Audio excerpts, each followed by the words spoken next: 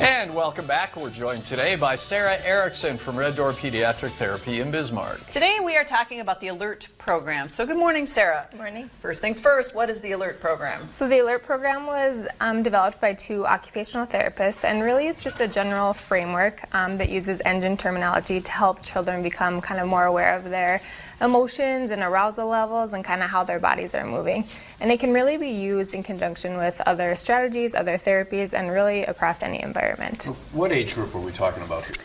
You know, it can be used, really, you can start, I mean, I've got 2-year-olds that I'm using it with.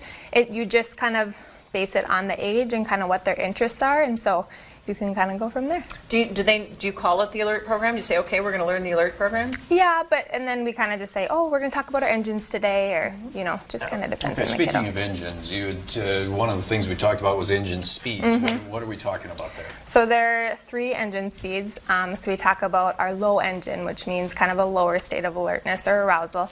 So you might feel tired and quiet, moving slow, you know, right when you wake up in the morning. You might feel sad or just kind of like not ready to work.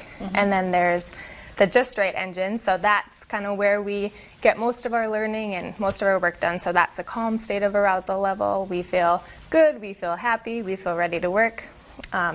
And then the high engine is when it's a higher state of arousal. So we might feel really, really wiggly or excited, or we might feel mad and just kind of loud and crazy. Kind of me all the time, right? Well, I was going to say kind of like us at the end of our last newscast on a Friday, right? Yeah.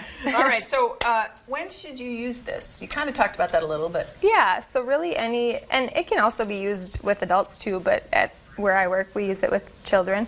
But anyone who's really having difficulties with being aware of their emotions, how fast their body's moving, their arousal level, maybe they get distracted pretty easily. So really any of those situations. Can you demonstrate for us? Yeah, so when we first start to teach the ALERT program, I'll kind of use just a simple car visual here and talk about, you know, I have 3 cars here, and all cars have different engine speeds, and some go really, really slow. Like and driving in today's weather? Yep. And some go just right and stay in the roads and go the right speed, and some go really, really fast, and they're crazy and all over the place. And so once we kind of start with that, then we can move more into, and just like cars have different engine speeds, so do our bodies. So then we use more of like a speedometer visual, and sometimes it has an arrow that we can move. So sometimes our engines are running low, sometimes they're running high, and sometimes they're running just right. Now, if a child can visualize this, does it help them to control their emotions?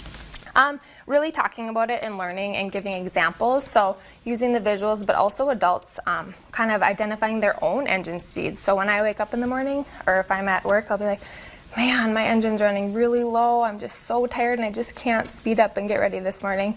Or vice versa, I'm ready to work, my engine's just right, I feel happy, I'm super glad that you're here. Okay, but being aware of it, what difference does that make if you're aware of it? Because then you can change it. Yeah. Yep. So I have a question before you put the little speedometer thing away. Are we talking, like, and we're talking specifically kids, are we talking when they first wake up, or is this throughout the day? Throughout the day. So it's just kind of a check-in, like, how's your engine running? Do you feel good, like you're ready to work? Are you running high? Do you need to do some things to kind of slow your body down?